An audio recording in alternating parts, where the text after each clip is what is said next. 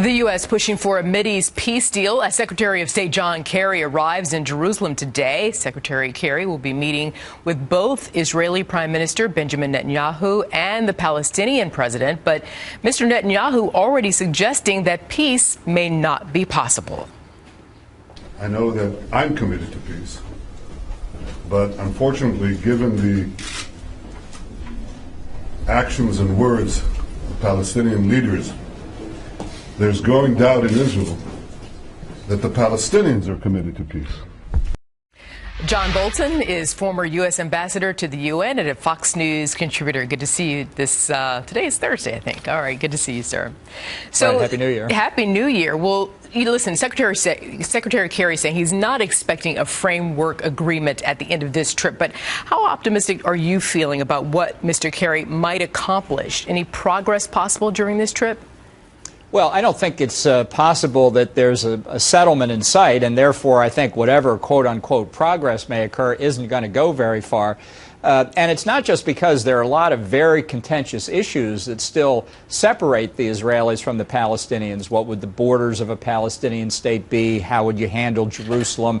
What would be Israel's military disposition on the territory of a Palestinian state on the West Bank? There's something much more fundamental here, and it goes basically to the absence of any institution on the Palestinian side that's legitimate, that can make commitments and then carry them out down the road. It relates to another aspect, which is what kind of state there would be on the other side of the whatever boundary one might draw. So this is not a disagreement that the parties can negotiate about. There's just a fundamental void on the Palestinian side, unfortunately, that makes, I think, any real peace agreement completely impossible. Well, as we know, Prime Minister Netanyahu, that conversation is up first. So let's get your fly-on-the-wall assessment of how that dialogue might go.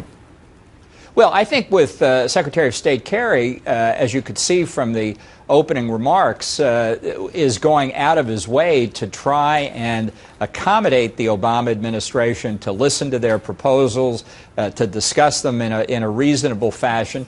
Not that Netanyahu thinks there's any prospect of peace with the Palestinians. He has another agenda in mind. He's going to try, as he has, I think, during his tenure in office, he's going to try and cooperate with the Obama administration's efforts on the Palestinian question to show his good faith, because what he wants is for the Obama administration either to act against Iran's nuclear weapons program or cut Israel some slack if, in fact, Israel takes military action against that program. So he's trying to buy a little space on the Palestinian issue that he might need in large quantities on the Iranian nuclear issue. And still, as you know, though, Mr. Kerry is going to go to Ramallah next to speak to Mahmoud Abbas. As the most crucial liaison and peacemaker, what message from Mr. Netanyahu does Secretary Kerry need to take to Mr. Abbas?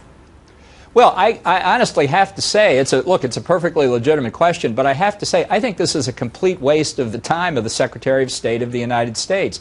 There are a lot more important issues that threaten American national security than the fruitless pursuit of a Palestinian authority that's not legitimate, that's an authoritarian hangover of a former terrorist organization, that doesn't fully control the territory that people agree would be in a Palestinian state if there were going to be one. I think this is a real misdirection of the time and resources and attention of the Secretary of State away from priorities that, from the U.S. national point of view, are honestly a lot more appropriate. So he can talk to the Palestinians, he can talk to the Israelis. I just honestly don't think it's going to make the slightest bit of difference. That 10 visits in less than 1 year, nonetheless.